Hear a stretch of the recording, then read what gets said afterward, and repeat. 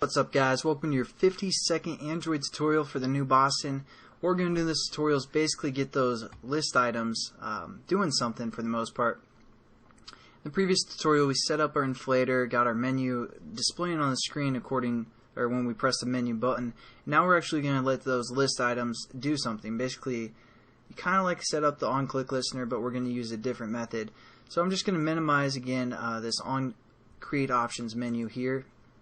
And we're going to import or use another menu or another method from the activity class. So again, right click source, override implement methods, and scroll down to one, or again, it's not in the list activity, it's under just activity here. And it's called on options item selected. So just look for that on options item selected. It takes a menu item within its class or within its parameters. Hit OK. And it kind of sets it up for us as well. Again, we're just going to kind of gut it out for the most part. We aren't going to worry about sending it to the superclass. We're just going to delete this whole line of code right here and delete that. Now what we need to do is we need to kind of reference this item that's being passed in. Again, once one of these items are clicked within our on options menu, it's going to call this method for the most part. So what we want to do is check the case ID of which menu was selected.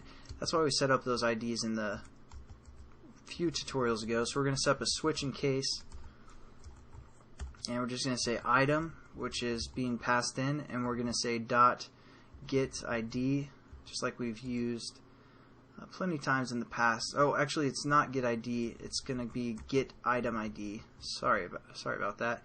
And that's going to give us the ID of an item. So there we go. We set up our switch in case, set up a new pair of brackets, and then do our cases. r.id.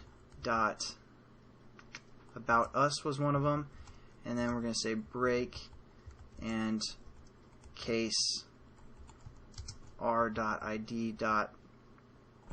What was the other one? Preferences. Whoops.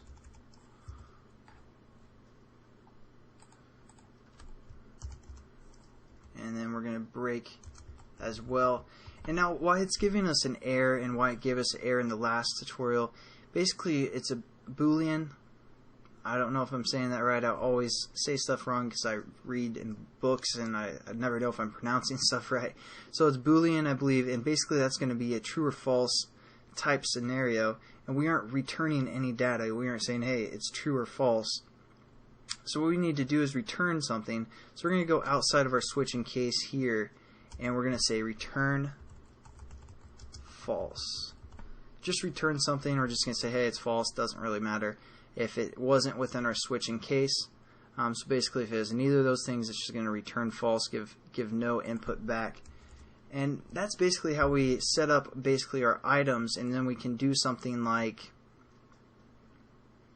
well, I don't know if I want to do anything more in this tutorial. It's a pretty quick tutorial for the most part, but again, nothing too new. Just remember, we set up a basically on create options menu, and then once that menu inflates, that's what we've done in the past tutorial, gives us two items which we set up in our items resource folder, or our menu resource folder.